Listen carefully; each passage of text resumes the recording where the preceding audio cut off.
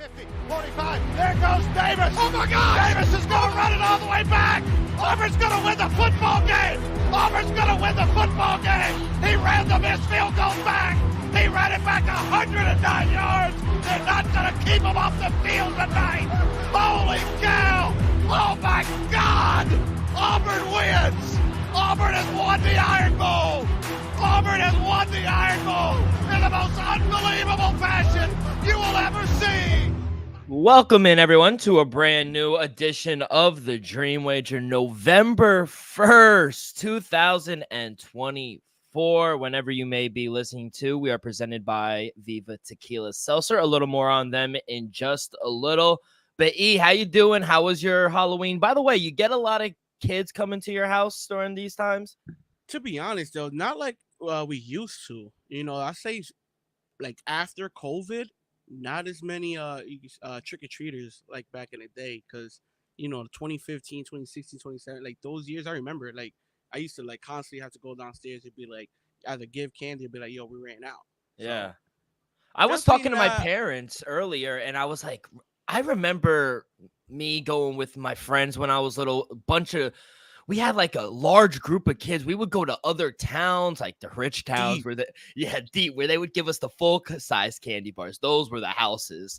But we got like 10 knocks, and I'm sitting here, I'm like, what's going on? And I don't know. My dad said apparently people are spiking the candy.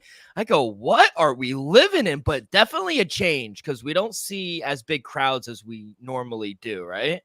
Yeah, I wouldn't, you know, I say like they always been saying they've been spiking the candy. I just feel like ever since the pandemic and, you know, with technology, you know, that kids ain't really outside like they used to. So, you know, I feel like there's less kids wanting to go out trick-or-treating. We used to just be like, yo, we out. We out. We're out. We're going like, to. It was an excuse to be out. Yeah, we were going to the field. We're going to a few towns. Yeah, whatever town's having a nice little functions, we in there. Yeah, it's insane, and you're right. I remember, like, you and I growing up, we were outside playing sports, riding bikes. Kids are just on their phones. Time on my bike, I ripped my costume with the chain. What was the best costume you were? I remember one time in school, I won an award. I was a pimp. And I was a pimp / Flavor Flav, because you understand, back in like 05, 06, Flavor Flav was big. You had the big clock? Yeah, I had it all, Dale. I was a pimp / Flavor Flav. Come on now. You had the wife beater on? Nah. I was decked out. I had a little suit, hat, shades. Oh, you were rocking it. Yeah, Flavor. Remember, he had a TV show as well. I even had New York with me. You won the award. Crazy. You won the award. All right. Yeah, we got a great episode for you guys. Well, by the way, we'll recap Dodgers. They win the World Series. We'll give them their flowers in just a little. Week 10 in college. We got picks and plays there. Week 9 in the NFL. We're recording this a little early ahead of Thursday Night Football, so I could watch the Jets lose. And then we got a 9-game NBA slate on Friday. But Elvis, we have a winner. It is the Dodgers. They win in 5. What a comeback last night. I thought, you know, after Aaron Judge finally woke up, hit a home run, I go, okay, maybe the Yankees are back. By the way, we haven't talked about it. That fan who tried to rip the ball out thought they were going to save the Yankees season after that. They opened up at 11-run game. First, thoughts on the fan getting ejected, because now they're like blowing him up, saying he's like a star. Kind of weird. To be honest, he's a New Yorker. I give him that. That's if any fan out there is gonna do something like that, it's New York. A Yankee fan, especially down 0-3. So I admire the enthusiasm. Yeah, it was just wrong place, wrong time. Yeah. So my man ended up getting banned. But the bright side of things, his tickets were given to a cancer patient. Yeah, I did see that. Great job by the Yankees. So, you know, it's a shame on him, but it was a blessing in disguise, you know. So hopefully, you know, this guy, nothing, you know, criminal happens to him, which I doubt, and hopefully he's able to attend more Yankee games in the He's future. a season ticket holder, that he said. Oh yeah, he got money. Yeah, he got money. He'll be all right. He'll be all right. Never mind my statements. He'll be all right. Yeah, I thought it was weird. We got to start protecting the players a little bit. It's crazy how he blew up. Now he's on like Barstool podcast. People love him. We got to, in my opinion, maybe this is my old man take. We got to stop, I guess, putting up these people that get famous for doing stupid shit. But nonetheless, Yankees did extend the series to 5 games. They thought they were going to do it. But here come the Dodgers. They were just chipping away. They scored that 5 runs in the 5th inning. Garrett Cole did not even cover the base and then starts pointing at Anthony Rizzo. Bro, that's your fault. Elvis, we played baseball together. How many times do we know the pitcher has to cover on a ground ball to first base? You teach that in Little League, kid. Like, I don't know, man. You got to do that at that high of a level. Walker Buehler winds up saving the game for them. They get the 2 runs late. Dodgers win it. Freddie Freeman wins the MVP, rightfully deserved. I mean, he bugged out for the first 5-6 game. He was just hitting home run after home run. He had a great speech for his mom. He did it for, so it was amazing. And the right team won. I'll say that the right team won. Yeah, the better team won, Dill. It was a crazy 5th inning. It all started with Aaron Judge missing a routine fly ball. And you know me, I'm a Red Sox fan. I'm not gonna defend Garrett Cole or the Yankees, but all I'm gonna say this: as a pitcher, as a former pitcher, Dill, you can attest to this. All I can say is when a player, especially the captain, makes an error like that, bonehead error like that, it throws you off a little bit. You're a little frustrated. And I think that's what happened to Garrett Cole on first base. He was still a little, mind fucked of what happened the previous play. Yeah. A couple plays previous, and then that ended up happening. So it was just a tough inning for the Yankees. And we said it before. It was the fielding. Dodgers fielding, especially the outfield, is elite. Yeah. Yankees outfield, well, I'm not going to say the outfield is pretty good, but it was consistent errors throughout the series, and that's what cost them Game 5. So shout out to Dodgers for rallying in the 5th and pulling out an amazing win, 8th World Series title for the Dodgers. Yeah, no, a lot of people did it and don't count or they put an asterisk on the 2020 with the pandemic. Government shut us down, but they did win that one as well. Yeah, you're right. The better team did win. They were the best team. I'll say this: the Mets played better. They were the second best team this year. I'll give myself a second place trophy. We did play better than the Yankees. I'll give you that. You would definitely did better than the Yankees. I would have beat the Yankees. Well, yeah, we would have beat the Yankees. Shit. So, but yeah, I guess the biggest question now moving into the offseason, does Aaron Boone keep his job? Where does Juan Soto go? He wasn't particularly happy. I don't know if you saw the comments after the game. He said, listen, my phone line's open. Basically, like all 30 teams, you guys could call me. My line is open to everyone. He basically said and to be honest, why wouldn't you be when you were the only one consistently doing something? And Rizzo, I'll say Rizzo did good. Volpe here and there did okay, but majority of the team didn't live up to what you did. Honestly, in the playoffs, no one lived up to it. They all crammed in clutch moments, but Juan Soto. So why would you stay with a team like that? My thing is he's going to get $650 million from somewhere. Wouldn't be surprised if the Dodgers go after him. The Mets are going to be after him. All the big league teams or the big market teams are going to go after him. The Giants, the Cubs are going to go after him. Rangers, all the teams that are going to go, maybe even the Nationals, maybe he makes a reunion going back home, but all the teams that are willing to spend the big money are going to be after him. So 1, do you think he stays, and 2, if not, where do you think he goes? Me personally, if he would have won his second ring, I would have locked in like a Texas team, like a Houston, like a Rangers, somebody like that, because you're going to get the bag, basically no income tax still. And he's already a 2-time chance, possibly a chance to win another 1 or 2 down the road.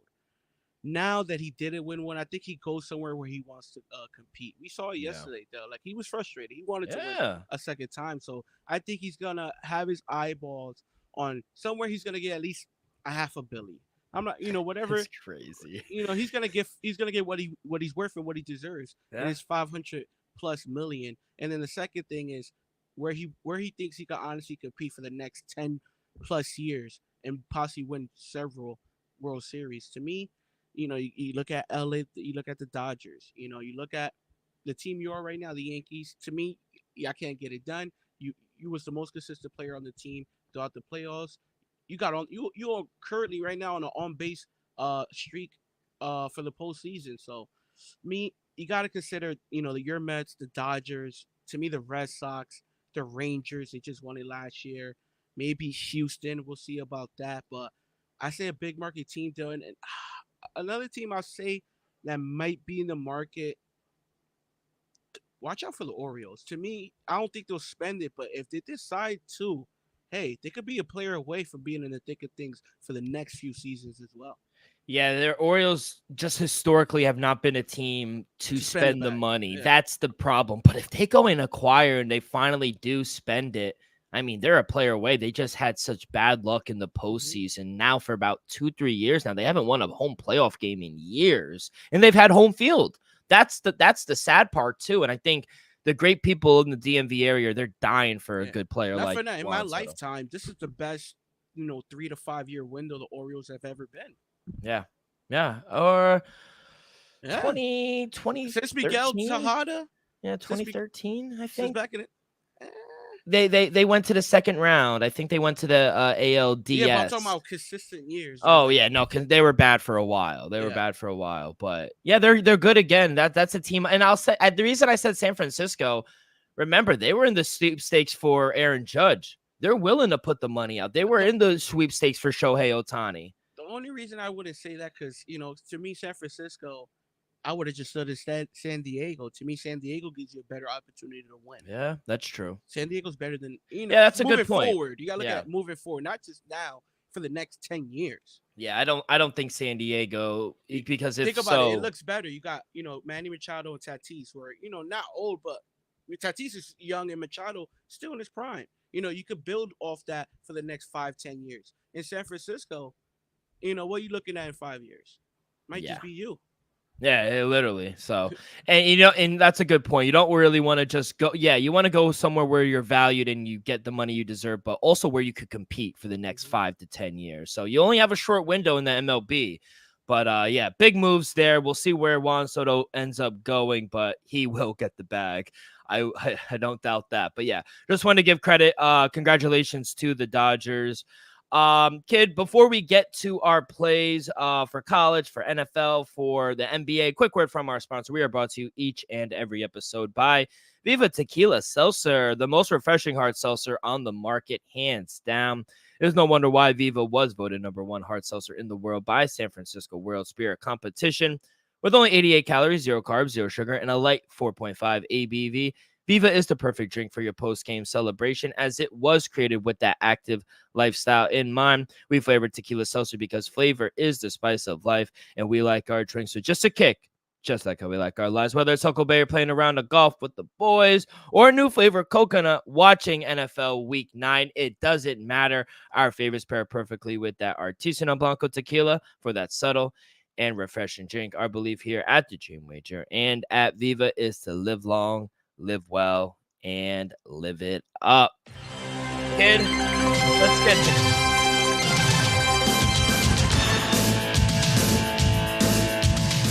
I want to start on Friday. Got a lot of games. We were talking beforehand, and I was saying I got a lot of games here today. Usually I go about 4 to 5, maybe even like a nice 6-pack. Got a 9-pack for you guys today. I'll start Friday night in Boise, Idaho. 15th ranked Boise, laying 23 at home against San Diego State and the Aztecs. Totals 57.5. Too many points, kid. Too many points. Give me the Aztecs. I'm taking San Diego State here. I just think it's too many points. I know it's on the road, but San Diego State, chance to backdoor cover late here. Think Boise State, they're going to get out to a big lead, take their foot off the gas a little bit, run the ball with Alshon Jeffrey, and then San Diego State could cover late. It's a big number, kid. I don't want to lay it with the Broncos, but I'll take the points here. Yeah, I'm gonna be honest. Boise State's been a house. Yeah, they have been. At home, it's gonna be tough. On that blue turf, if anything, especially with Jeffrey's running. I love the blue turf. Legendary. To me, don't get me wrong, 23.5 points is a lot of points. I agree with you there. But on that blue turf, the way Boise's been running the ball, Dale, you can't deny it. They might stone him. They might stone him, Dale. Boise might make the playoff. They might. They might make the playoffs, Dale. They cover.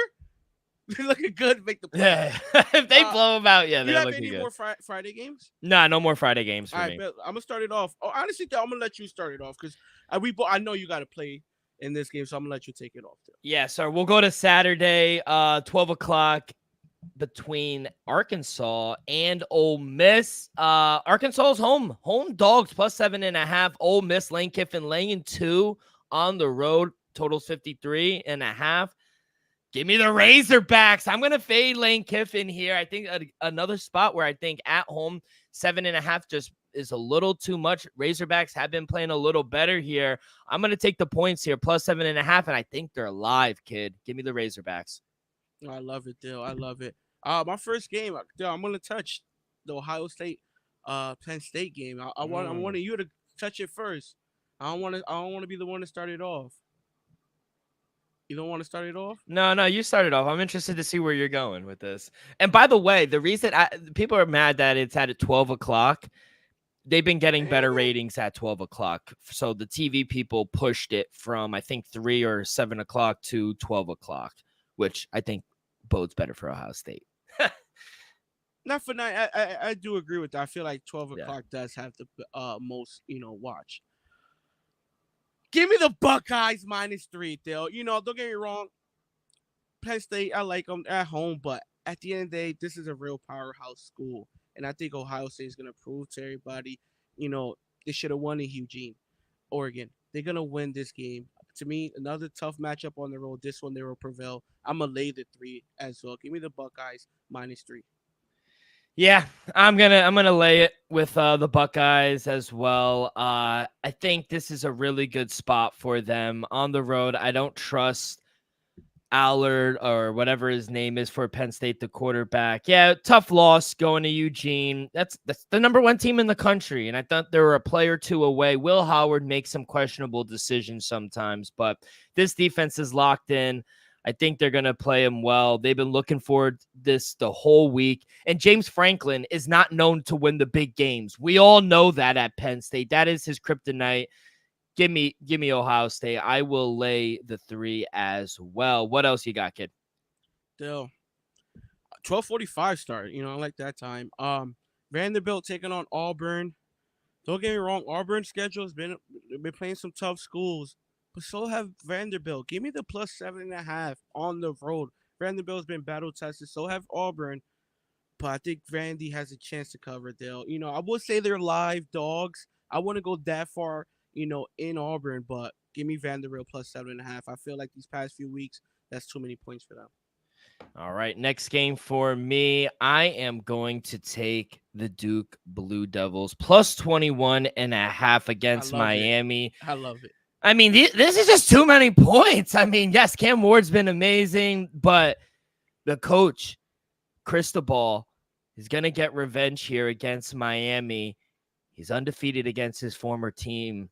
Give me Duke plus 21. I think they're live too as well, baby. Give me Duke Blue Devils plus 21. I see 20.5s out there. Regardless, too many points. Still, I love it. I'm leading there. I might go there Saturday, but get the Dukies. Still, the Dukies definitely like the points. My last play of the day is gonna be a 3:30 game.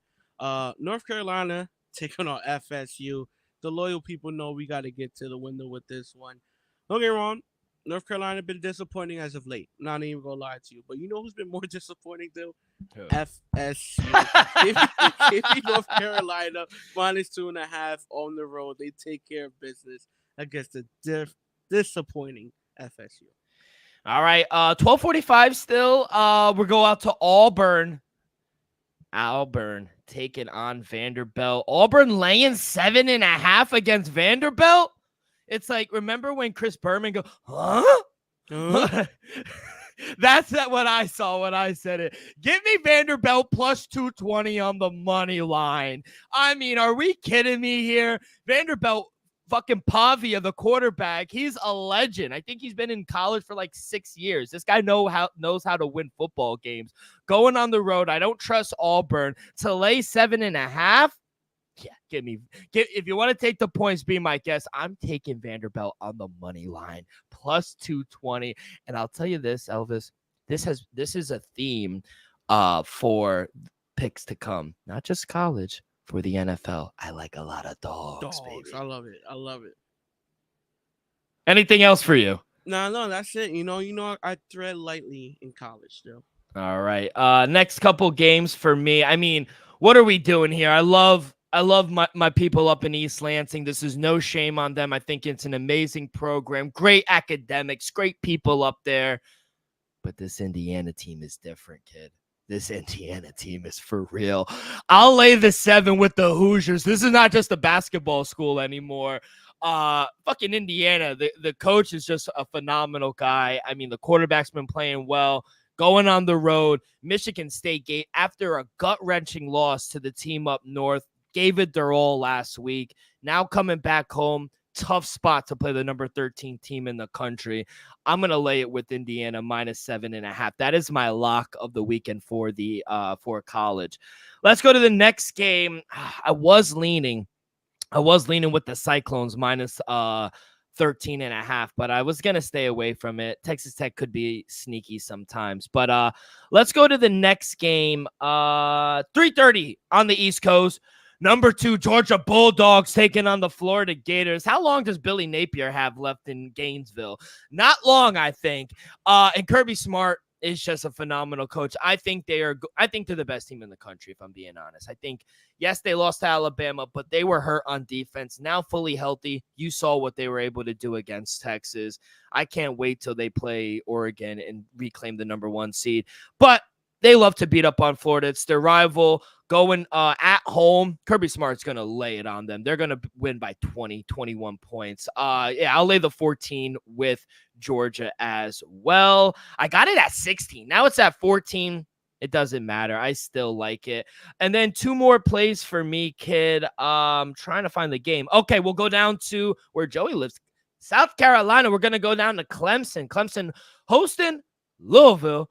Clemson laying 10.5 at home. Total 62.5. Now, you hear me on the show every week. Taking Louisville. Not this week, kid. I'm laying it with the Tigers. Laying the 10.5. Quietly, the Tigers have been a really good team after their first loss of the season, early in the season. Tigers playing good defense, running the ball really well. I like this Clemson team, kid. I'll lay the 10.5 with the Tigers. And then last game on the slate, good matchup in Texas. SMU hosting Pittsburgh. Pittsburgh undefeated, 18 in the country, catching 7.5. Yeah, plus 225 on the money line. The dogs are fucking, baby. I'm telling you. They had 5 picks last week against Syracuse. Now, Syracuse isn't the best team, but still, my boy Cade Klubnik from Ohio State was the transfer there. 3 pick sixes. This defense could play. I think this defense will hold them in the game. 7.5 is too many points. I think they're live on the money line as well, kid. Give me Pittsburgh plus 7.5. That is my final play. What are your thoughts? First of all, I love the energy. Hopefully the dogs are barking this weekend because 1, I love the upsets, and 2, you're gonna cash. Honestly, I hope you parlay at least 3 of those dogs. Mix and match them. But get 3 leg money line parlay on 3 dogs. They'll cash out.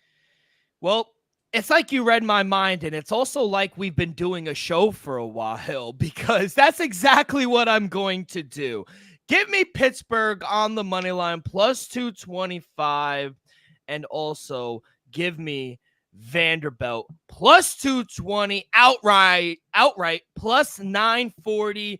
$10 get you $94 to start the weekend, baby. Elvis, it's like you read my mind. You knew what I was gonna do. I'll be honest, I'm surprised you're doing a parlay. Oh, I'm shocked. I thought I was gonna favorite. That's the type of time I'm on. Nah, I love it. I'm surprised. Whew, I'm fucking jacked up right now, kid. Jacked up. Let's get to the NFL.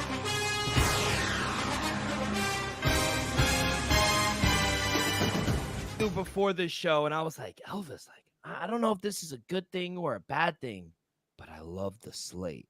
We will find out if that's a good thing in a few days. But let's start down in Nashville, Tennessee, with your New England Patriots on the road, taking on the Tennessee Titans. Titans, 3.5 favorites, minus 164 on the money line. No Drake May for the Patriots, out with a concussion, but have no fear. Jacoby Brissett is in the backfield. Total 38.5. Kid, I'll let you lead it off. This is your team. How we feeling? Titans 3.5? First of all, I'm shocked that the Titans are 3.5-point favorites. But, I understand without Drake May starting, we see what Jacoby Brissett's been all season. And not for nothing, say what you want, hate him or love him, but Mason Rudolph looked better than Will Levis last week in Detroit. I think with Mason Rudolph, the ball moves better. I think they'll be able to put up points. That's for sure. They'll be more competitive moving forward.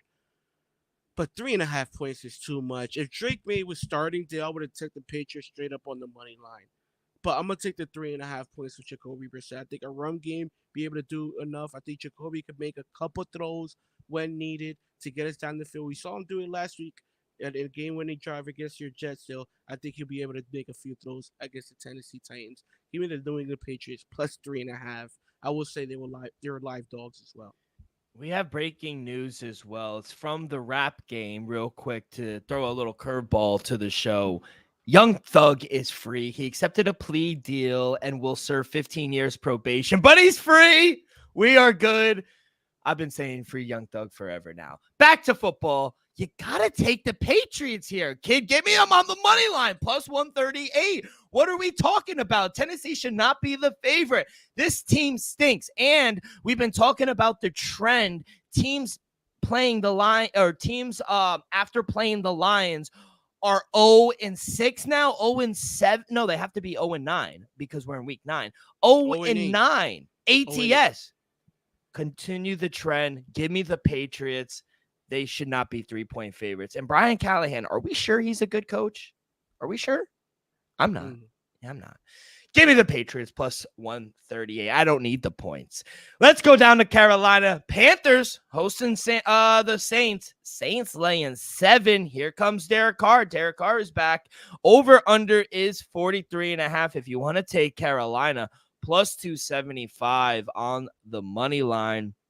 Ugly game. But you can't back Carolina, at all. They stink. They traded Deontay Johnson. Bryce Young sucks. I mean, he didn't look good last game. Anyone who said he looked okay, really wasn't watching the game. And who's he throwing the ball to besides Xavier Legette? I hate to do it, but we got to lay the big number here. I'm going to lay the 7 with the Saints. I think it's a great teaser option as well. But yeah, I'm going to lay the Saints. I'm going to lay the points with the Saints. Oof, still, I'm not gonna go that far. Just off week 1, I want to lay with the Saints, but I got to see Derek Carr coming off that injury. I got to see him play. One thing I do like is I like Taysom Hill over 11.5 receiving yards. I think this number is, I feel like he's gonna be more involved, especially now that Derek Carr is coming back. I wouldn't be shocked if he's a quarterback a few plays, he's a running back a few plays, and he's also a tight end for a few plays. So I'm going to go there, Dill. Give me the over 11.5 receiving yards for Taysom Hill. Hopefully he doesn't just, kill me and just rushes the ball, but I think he'll do a little bit of everything. Give me Taysom Hill over 11.5 receiving yards. Just to go off that, I love his rushing yards. I got it at 19.5. Like I said, he's been over this in 3 of his last 4 games. He had 35 yards in week 1 versus Carolina as well. And since Derek Carr coming back, I like this even more. His presence should help the offense maintain, a good game script, especially early on. So I do like Taysom Hill. I like his receiving. I think he could have a really big game, anytime touchdown as well. But yeah, I like the rushing yards, 19.5 as well. Game number 3, let's go to the bank. Baltimore Ravens hosting the Denver Broncos. Baltimore laying 8.5, minus 430 on the money line. Bo Nix and Sean Payton catching 8.5 plus 340 on the money line. Total 46.5. Kid, I'll let you start off. I'm interested to see where you're going with this one. The Ravens coming off a bad loss last week. I think they're going to come out and make a statement against a very good, surprising Denver Broncos team. Their defense, top five-ish. Got to give them credit. Bo Nix is playing, honestly, pretty damn well. You know, give me the Baltimore Ravens minus 5.5 in the first half. Still, I gotta play it that way. 8.5 is too many points. I do lean the Broncos plus 8.5 full game, just because we've seen the Ravens, kind of just take their foot off the gas, in the second half, a couple times this season. So I want to be surprised there. But I expect Lamar possibly to target his new weapon and Deontay Johnson a couple times. We see Mark Andrews be more involved.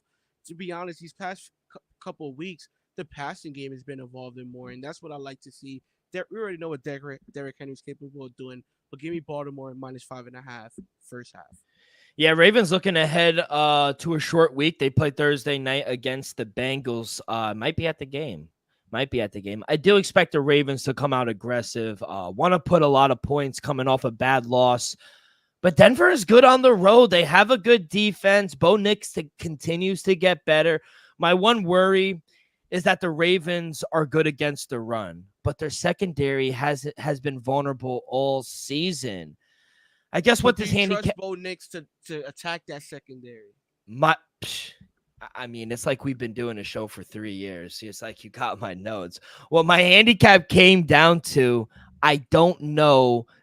Can we trust Bo Nix to make enough throws against the secondary to beat this team? That was my question. That's what I wrote. The question. Truthfully, kid, I don't know if he can.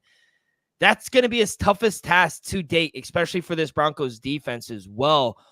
I'm going to take the chance here. I know it's a short look ahead spot to next week, but I'm going to lay the points here. I'll lay the 8.5 here with the Ravens here at home. I think this is a tough place to play, and I think this defense hasn't. Yes, they've been playing better, the Broncos, but let's be honest, they've been playing some bad teams. They've been playing some bad teams. This is not a bad team. So I'll lay the points. I'll lay the points here with the Ravens. Let's go to the other team they're going to play in Cincinnati. Bengals hosting the Raiders. Bengals laying 7.5 at home. Minus 340 on the money line. Raiders catching 7.5 plus 275 on the money line. Totals at 46.5. Bengals also coming off a loss. Also looking ahead towards Baltimore on the road next Thursday night as well. Bengals aren't good off a loss anymore. Raiders are bad, but Antonio Pierce likes to cover the number at 6-point dogs or higher. Raiders are 5-1 ATS. They're a frisky team. T. Higgins looks like he probably won't play again this week. Joe Burrow's been turning the ball over. They like to cover the number. They don't care about winning. Give me the plus 7.5 with the Raiders. Yeah, I like it. I can't disagree. But coming off a loss at home, and to me, this is a must-win game just because you're going into Baltimore, like you said, Thursday night. Dill, I ended up. This is one of my teams I have in my teaser. Dill, I think this is a perfect tee spot for the Cincinnati Bengals. Don't get me wrong, you could go either way because I'm with you, Dill. Antonio Pierce, he covers his big number. He was able to cover the 9.5 last week against the Kansas City Chiefs. Well, I wouldn't be shocked if he covers the number here, but I could honestly almost tell you one thing. I wouldn't say guarantee, but Cincinnati's gonna win this game, Dill. Let's go to Cleveland. Jameis, game 2 from Cleveland, hosting the Los Angeles Chargers. Chargers, short favorites, kind of a pick 'em right now, laying 1.5, minus 120 on the money line. Jameis and the Browns, plus 102 on the money line. Total is at 42.5. Right back at you, E. What do you got? Give me the Cleveland Browns. I was able to catch an early number plus 3.5, Dill. Don't get me wrong. We've seen Justin Herbert, throw the ball much better as of late. But with that defense, I don't know if he's going to be able to do it in Cleveland, Dill. Don't get me wrong. Chargers have been winning games, Dill, but I haven't loved their offense at a consistent level. And on the opposite side, though, we saw Jameis just, turn this team around. He gave this team a lot of life, gave this team a boost in offense. And we saw him last week beat the Baltimore Ravens in this very same stadium, Dill. I think this offense is gonna come out firing, especially with Jameis. I think this defense is gonna come out with a little bit of life. I think Miles Garrett is gonna get after the quarterback. Give me the Cleveland plus 3.5. Give me Cleveland plus 1.5. And I'm gonna be honest, Cleveland are live dogs. Give me Cleveland on the money line as well. Yeah, I think this is an interesting game, interesting spot for both teams. I think the Browns will be able to stop the run game of the Chargers.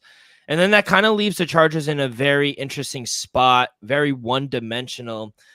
I believe in Jameis. I think his teammates do. They fight for him, and I just think this defense will be able to get after Justin Herbert. You mentioned it. Justin Herbert has been playing better, but I like Cleveland here as well. I think he could really turn this team around. So yeah, give me the Browns on the money line plus 102. Let's go up to Buffalo, Orchard Park. The Bills hosting the Miami Dolphins. Bills laying 5.5 at home, minus 255 on the money line. Dolphins plus 210 over under at 48.5.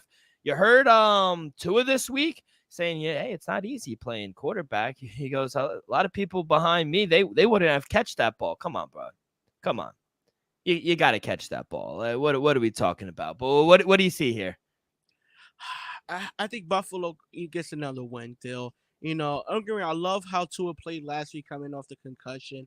When he was able to run the ball a little bit, you know, point to the first down, it shows me the kid is still, he's still able to do those things at a high level and confidently.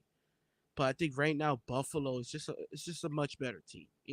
Josh Allen playing like the MVP. Now the addition of Mari Cooper, 2 full weeks in the system now. Keon Coleman is evolving a little bit. You got the two tight ends who's been doing their thing, and Dawson Knox and Dalton Kincaid, and James Cook just been running the ball great. I would love his only time touchdown. It's at minus 160. It's a little juice. Would love to go there. But like I said, it's another team I like to just to win. My problem here is everyone is on the Bills, but can you blame them? I mean, Josh Allen owns the Dolphins. Dolphins are 2-11 straight up versus Josh Allen in his career. Bills defense, they're getting better. They're getting healthier. At home, not a look ahead spot either. I just don't know how anyone backs this Dolphins team after losing last week at home, being up 10 points. I feel like that was a crushing loss to them for their season. I think Josh Allen, anytime touchdown might be on the card as well. I think this is a really good spot for them, and it might be lock potential. I'll lay it 5.5 with the Buffalo Bills. 2 more 1 o'clock games. Love it. We got 9 games in the 1 o'clock window. We'll go down to Atlanta. Falcons hosting the Dallas Cowboys. Falcons laying 3 at home, minus 176 on the money line. Cowboys plus 148 on the comeback. Total is at 51.5. Back-to-back road spots here for Dallas. But Elvis, come on. We this is 8 weeks now. Dallas can't run the ball. They can't stop the run. Their defense is banged up. We don't know if Micah Parsons is going to play. Trayvon Diggs didn't practice all week. And outside of Dak and CD's connection in garbage time, what can this offense do? Like, what does this team really have to offer? Vibes are not high with this team. I think this is a good spot for Kirk Cousins at home. I'll lay the 3 with the Falcons. They're all going on the opposite side. I can't disagree with anything you just said. I can't. Have honestly one of the worst running games in all of football. Micah Parsons still a big question mark. Demarcus Lawrence looking like he probably won't go. Trayvon Diggs, I'm gonna say he's gonna be able to go. Dill. I feel like this defense is gonna need to step up this week. If there's a week the defense has to show up, is this week. I want to say this is a must-win game, but if Dallas wants to, continue to possibly be in the playoff hunt, because the NFC is loaded. We was talking about this when we were doing the prior rankings. Still, the NFC is loaded. If Dallas, loses back-to-back games here, things could get away with them early. Mike McCarthy's job might be in serious consideration if they lose 3 straight games coming from Atlanta. Dill. I like the +3. Give me the Dallas Cowboys plus 126 on the money line. Like I said, I feel like this is a win game for Mike McCarthy and the Dallas Cowboys. And not for nine, Dak needs to play better, Dill. I think, last week those 2 interceptions were bad. I think Dak has a bounce back game. Saying it because I care about you. I think you're getting cute with this one. I think you're getting cute with Dallas. We'll see. Last game on the 1:00 slate. We'll head to MetLife. The Giants hosting the Washington Redskins. Redskins laying 3.5 after that Hail Mary. -198 on the money line. G-Men +166 total. 44.5. When are we going to start seeing Danny DeVito or Tommy DeVito? Stop it, Dill. I mean, Daniel Jones is not good. Like, I think we're going to sit back in a few years. We'll be on the show and we'll talk to ourselves and we'll be like, wow, Daniel Jones was a starter in the NFL for 6 years. Like, that's insane to me. Like, that's bad. They got to put Tommy DeVito in. You saw him with his agent at Yankee Stadium. I mean, they would have won that game against the Steelers if Tommy DeVito was in. I guarantee that. What do you got? Yeah, I'm gonna be honest. I'm shocked with everything you just said. To me, Daniel Jones has been playing okay. To me, he played well enough to win that game in on Monday night. I think you even said it. The Giants should have won. They could have. Yeah, but I said bad quarterback play, and I said he ran into so many sacks. Yeah, don't get me wrong. He did run into a lot of sacks. I agree with that. But he's been playing better as of late. Since week 1, those numbers have improved, and Giants are competitive. That's what I'm gonna say. Dale, my official play for this game, I'm gonna go right back. I'm gonna go Malik Neighbors over 68.5 receiving yards. This number is just too low. Looking around, I know we kind of sweated it last week, but Dale, the amount of targets this man gets, he leads the NFL in targets. He has at 68.5. Last week he had 13 against Pittsburgh. Week prior, I think he had 11. Give me Malik Neighbors over 68.5. And not for none. Last week he had a couple drops still. He would have went well over 100 yards if he didn't. I think he had 3 drops. So I think he'll be able to catch the ball this week. Give me Neighbors over 68.5 receiving. Yeah, 88% of the bets are on the Redskins. No real surprise there. Giants coming off a short week, playing Monday night. This was a tough game to pick, honestly. I said I kind of like the board, but I thought this was a tough game to pick because Washington historically struggles against the Giants. I do think the Giants front 7 will be able to get after Jaden Daniels a little bit, but Giants are just bad at home. I don't trust Daniel Jones. I think this team is poorly coached with Brian Dable as well. I don't love it, but I would lay the 3.5 with the Redskins. I don't love it, but what worries me is that Giants were close to beating this team earlier in the season. They didn't have a kicker. If they had a kicker, they might have beat the Redskins. So maybe a little asterisk on that win for the Redskins. But this is a different game. I'll take the Redskins here, laying the 3.5. All right, we got to the 4:00 window. Let's head out to the desert. Arizona Cardinals hosting the Chicago Bears. Cardinals short favorites at home, -1.5, -122 on the money line. Bears crushing loss, +104 on the money line. Over under is at 44.5. I'll say this, E. Arizona's quietly been okay. Defense is all right. I think Cardinals, they're battle tested. Say what you want, but they're battle tested. Bears in a back-to-back road spot. Cardinals good against the run. I think they could stop DeAndre Swift, and Bears love to run the ball. Cardinals passing game has picked up. Marvin Harrison Jr. has come alive. Trey McBride has been really good. Their offensive line has protect Kyler. Maybe it's a little more of Kyler, but I think this is a tough spot for Chicago. They're banged up. Their injury report is really banged up. I don't know who's going to play. We're a few days out. It's hard to determine these things, but I'm going to take Arizona here, kid, at home. I think they've been battle tested, and I think they're playing a little better right now. I'll take them on the money line. I'll lay the 1.5. Give me the Cardinals. Still, I love the fact that we're on the opposite sides here. I honestly thought you would have went with Chicago. Give me the Chicago Bears on the money line. I feel like last week they didn't play as well. It was a tough game on the road, and they lost to a Hail Mary. I think that left a bitter taste in their mouth. I think they're gonna come out, and the offense is gonna at least be a little more aggressive. Last week, they were honestly held to what? 7 points through what, 55 minutes of the game, about 50, 57 minutes of the game. I feel like, Caleb Williams and Matt Hurafus are going to be a little more aggressive and open up the playbook and go out firing against Arizona. They'll give me the Chicago Bears plus 104 on the money line. Love it. I love it. Let's go to the link. The Philadelphia Eagles hosting the Jacksonville Jaguars. Maybe the last game for Doug Peterson. Hopefully. Yo, you got to stop saying Nah, that. I mean, come on. How many more games are we going to give this guy? The season, Dale. No. It's a Doug Super Bowl. Peterson It's a Super Bowl winning coach. Come on now. By the way, he has a statue outside. Where? I thought, did he not? Or no, it was Nick Foles. Nick Foles has. It might be with him. It might is be. Nick Foles. I thought the reason I brought that up was, did you see Dwayne Wade's statue? They did him dirty.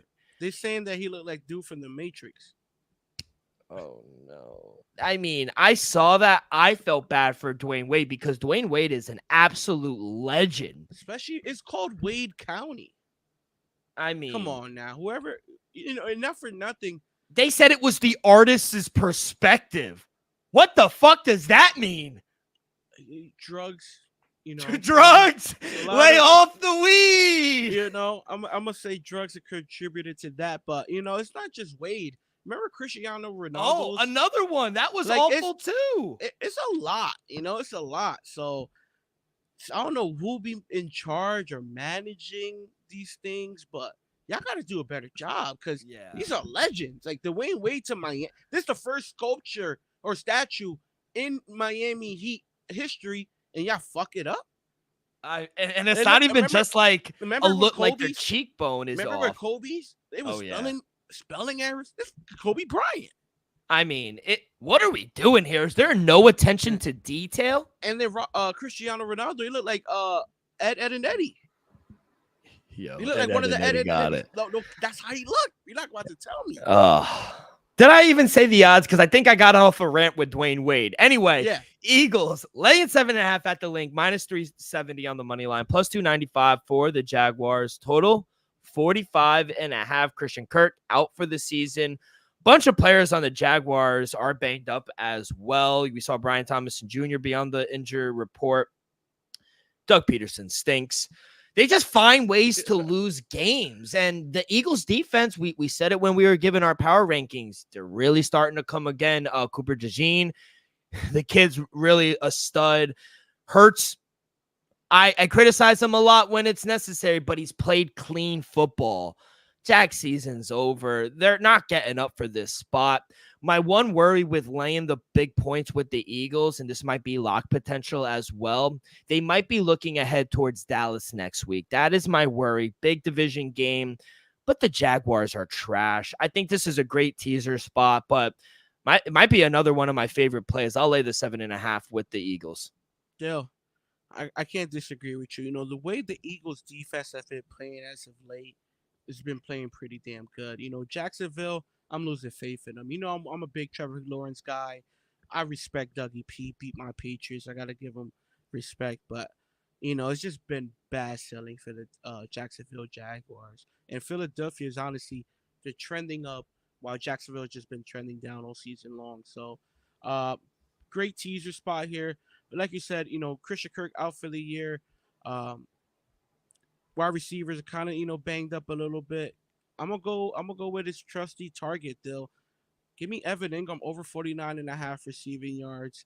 We know him and Evan Ingram have a great connection, and I'm surprised that this number is a little low, especially when Christian Kirk is out, first game out, and then Brian Thomas Jr. is questionable as of right now. So, and we know how good these young corners are playing for the Philadelphia Eagles, so I feel like they'll target Evan Ingram multiple times in this game.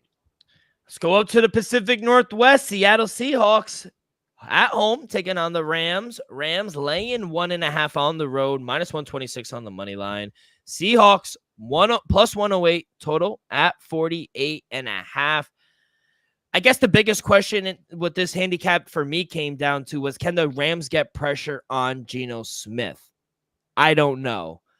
Looks like DK will be back. I don't know how I feel about Mike McDonald either. I don't know if he's a good coach. Him, Brian Callahan, might not be the best coaches. Rams defense has looked good against the Vikings. Rams last 21 games versus Seahawks, 14-7 straight up. Sean McVay owns the Seahawks. And I think the Rams can attack the middle of the field against the Seattle's defense. I mean, they bring in Mike McDonald to fix this defense, and the defenses look like the worst part, in my opinion. I'm not scared of the home dog. It's a short dog. I'm not a believer in the Seahawks. Early on in the season, I was. Karen Williams, by the way, it's chalky. Maybe put him in a parlay, but Karen Williams, anytime touchdown, he scored every game this year. I don't know how we've been missing this. He scored 25 straight games. Yeah. I mean, he's pricey. He's probably around minus 180, but put him in a parlay. He will get. Exactly. So, yeah, anytime touchdown in a parlay. But, kid, I'm going to take the Rams here. I think they're a better team. They're healthy. And Sean McVay owns Seahawks. I'm not afraid of them at home. Give me the Rams, minus 126, minus 1.5. Deal. I think, you question, if the Rams are able to get after Geno Smith. I think they are. We saw them get after Sammy D last Thursday night. I think they'll be able to get after Geno. We'll see if DK is able to make it. If he is, that's a plus for Seattle. But we saw last Thursday night, Matthew Stafford and Sean McVay got their fancy toys back in Cooper Kupp and Puka Nacua. And we saw that offense try against one of the best defense in football in the Vikings. Give me the Rams. Minus 125 on the money line. I called it a little earlier. I got a better number, but I love it. If it gets to like minus 130, I'll lay the points. But Matthew Stafford, Sean McVay with those two wide receivers, and like you said, Karen Williams was just an automatic touchdown deal. The Rams might be back. Give me the Rams on the money line. And give me Puka Nacua over 70.5 receiving yards. This man has 10 days rest. His first game back from injury, he had over 100 yards. Give him a 10-day layoff deal. He might go back for another 100. Give me over 70.5. Game of the week up in Green Bay. Packers hosting the Detroit Lions. Lions laying 2.5 on the road, minus 146 on the money line. Packers catching 2.5 plus 124 on the comeback. Total 48.5. Green Bay looking ahead toward the bye next week. Public is all over the Lions, and for good reason. I mean, I would be too. Malik Willis will probably get the start. I wouldn't rush Jordan Love back. Like I said, they have a bye next week. He's already tried playing hurt, and look, it got him hurt again. No, it's looking like he's trending to play because they were plus 3.5. Now it's 2.5. It doesn't matter. I think the Lions could run the ball on this defense. I don't think they're going to be able to stop them. I think the game could actually get really ugly. We're supposed to lay the points here, kid. Lions are a juggernaut. Lions, they blow them out. Give me the Lions minus 2.5. I can't disagree with you. I'm not gonna lay it deal, but if Jordan Love starts this game, I'm gonna take the over 48.5. I think this number's too low. I think both offenses are capable, if Jordan Love is healthy, to score 30 plus. We've seen the Lions do it, seems like all season now, and we know what a healthy Jordan Love in this offense is capable of doing. So Jordan Love is in there. Give me the over 48.5. Do lean Detroit, but my official play is gonna be give me Tim Patrick over 23.5 receiving yards. To me, this number is a little too low, just because with the suspension of Jameis Williams. I think he's gonna get a lot of targets still. We know the most of the focus on either is gonna be Quad Alexander or McKinney. Is gonna roam on my St. Brown. Maybe one of them switches off also Garcia and Laporte, and I think that's gonna open up some opportunities for Tim Patrick. They'll just 23.5 yards. I think this number's too low for him. Sunday night football. Let's go up to Minnesota. Vikings hosting the Colts. Vikings laying 5.5, minus 255 on the money line, plus 210 for the Colts. Total 46.5. Bye-bye AR-15. In comes Joe Flacco. And not just for this game, Shine State can said moving forward, he is our quarterback. And I think it's the right decision. We said it a few episodes ago. They were in a lot of games. I mean, with just better quarterback decision and better quarterback play, this team is a really dangerous team. Their defense is getting healthier. I got to take the Colts again here, kid. Plus 5.5. I think Sam Darnold has regressed a little in a dome. Flacco can throw the ball. He has a healthy running game. Jonathan Taylor is healthy, going for over 100 in back-to-back games. Like I said, defense is getting healthier, and the Colts have been great against the spread this season. I'm going to take the points here with the Colts. I'm going the opposite side, Dale. Coming off 2 straight losses, I think Minnesota is due, and I think we're going to see them prevail. Aaron, like I said, I love Aaron Jones. He's been a great addition. Justin Jefferson, Addison, these guys are healthy. I don't know if TJ Hawkinson is going to be starting, Dale, but he might be a go. That's a huge boost for this offense. Defensively, I think Brian Flores is going to be able to do some things against Joe Flacco. Don't get me wrong, Joe Flacco is definitely the better um, quarterback to go moving forward between him and AR. But I think right now, I think the Vikings are due for a win, and I wouldn't be shocked if it's a blowout. So give me the Minnesota Vikings -5, -5.5, whatever you got. All right, time for our lock, dog, and teaser. I'll let you start it off. Lock and dog, what do you got? Two dogs, Dale, to be honest. I like Cleveland. I love Cleveland. So I'm gonna go with Cleveland on the money line, if not Chicago, Dale. But I like Cleveland a little more than Chicago. Give me the Cleveland Browns +102 on the money line as the dog of the week. My 3-way teaser is gonna be give me Buffalo. Put them down to basically a pick 'em. Cincinnati versus the Raiders down to -1. Like I said, Raiders could cover, but we teasing Cincinnati down. To me, they're gonna get back in the thick of things. This is a must win if they want to see a chance to get in the playoffs.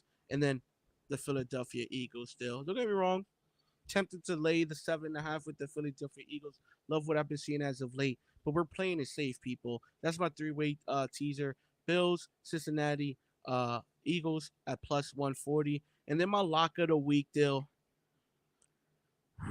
I hate to do it, but I have to do it. Give me the New England Patriots +3.5. I'm shocked that we're 3.5-point dogs. Like I said, I agree with you. I don't think Tennessee should be favored. Don't get me wrong. Jacoby Brissett ain't Drake May. I understand that, people, but we're better than the Tennessee Titans. Give me the New England Patriots +3.5 as the lock of the week. 2 locks for me. First lock, I'm going to lock up Buffalo -5.5. Josh owns the Miami Dolphins. Dolphins 2-11 straight up versus Josh Allen's Bills. They're getting healthier. They're on a mission this year. You could tell. Locking up the Bills. I got a player prop I forgot to mention, which was one of my favorite plays. A.J. Brown, over 71.5 receiving yards. He's been over this in 4 of the last 4 games. Jags, they usually play man coverage, and I think A.J. Brown, he's been one of the best guys versus man coverage. I think this is a great ladder spot for him. Get him to up to 100 yards. I think they could have a really big game. So there's my 2 locks. For my dog, I liked a lot of dogs. I like Browns, but it's a short +102. I like the Patriots +138 as well. Give me the Colts. Give me the Colts +210. Joe Flacco on the road. Much better quarterback than Sam Darnold. I think he's going to dice him up with a good ground game as well. I think the defense is getting better. And like I said, I think Minnesota, I like them, but Sam Darnold has regressed a little bit. Give me the Colts +210 as my dog. And as for my 3-way teaser, I am going to tease the Philadelphia Eagles down to -1.5. New Orleans Saints down to 1. And I'm going to tease the Indianapolis Colts up to, +5, +11.5. No way Vikings are winning by 2 scores. No way. +160, 3-way teaser. And that is going to do it for our NFL Week 9 picks. Elvis, good luck. Let's try to get back in the green, kid. What do you say, huh? I think we're getting there, Dill. I feel good about this week. I don't love it, but I feel good about my place. All right, let's head over to the association. Like I said, 9 games on a Friday. Hey, congratulations. Big win on the road against Memphis, 119-106. Big win. Even though you faded my Knicks, they took care of business as well. Boston. Yeah, Boston, they suffered their first loss against Indiana. We were talking shit, but they get the win in overtime at home. And Cavs, 5-0. I mean, they spoiled LeBron's homecoming with his son. They didn't just lose. They got blown out. So, yeah, that's been what's going on in the NBA. What do you like here for Friday? So let's start it off. Damn, hold on 1 second. My phone freezing. I apologize, people. I apologize. You're good. I got the numbers. What game you want? Oh no. 7 o'clock start. Orlando Magic taking on the Cleveland Cavaliers. Like you said, Cleveland Cavaliers been hot, looking like so far one of the best teams in basketball. Give me the Magic plus 6.5. I love what I've been seeing from this team. I think I say they're live dogs as well. If they were Orlando, I probably would have just took them straight up. But I'm gonna take the plus 6.5. I think Paulo Pachero has a good chance to have a huge game, and not for nothing. I think this might be a future, possibly a future first round matchup. Give me the Orlando plus 6.5 on the road. Next game, 7 o'clock start. Your New York Knicks taking on the Detroit Pistons. Knicks laying 7. Over-unders at 217.5. Lay it. Give me the Knicks -7, -6.5, whatever you could get it at, people. It's 6.5 right now, so shop around. I think the Knicks have a good chance to win by double digits. They won down in Miami. I think I have a good chance of blowing Detroit out. 7:30 start. Next game. To me, it's a great game here, quietly. Sacramento Kings taking on the Atlanta Hawks. Give me the Atlanta Hawks plus 5.5 at home. You know, don't get me wrong, the Kings, in my opinion, are the better team. But they're not playing like it. You know, early on, Atlanta's been playing very competitively. And I think they either win or lose a close game here. Give me Atlanta plus 5.5 at home. And then my last game of the night, Dill, Indiana taking on the New Orleans Pelicans. Over-under sitting at 236.5. We know the Pacers could get up and down, but they're coming off that overtime win against the Boston Celtics. I'm gonna lay the -2, 2.5, whatever you could get. We just seen the New Orleans Pelicans lose back-to-back games in Golden State. One getting blown out, by the way, without Steph. Yeah, without Steph Curry. To me, I understand the second game you didn't have CJ McCollum, but the first game you had a double-digit lead in the first quarter, and then surrender it, then you got blown out. So I just don't trust this Pelicans team right now. Give me the Pacers -2.5, -2, whatever you can get. I love it. Good luck, kid. How have you been doing in the NBA so far this season? All right. Pretty good. Yesterday I got smoked. So anybody that been following my plays yesterday, I apologize. I apologize. We'll be better. I went 0-3 yesterday as well. So I went like 1-5. I think. Yeah, not the best on a Wednesday. I took the Pelicans again. That's what happened. That's what happens, kid. But all right, kid. That's gonna do it. Good luck. God bless, and we'll see you guys on Monday.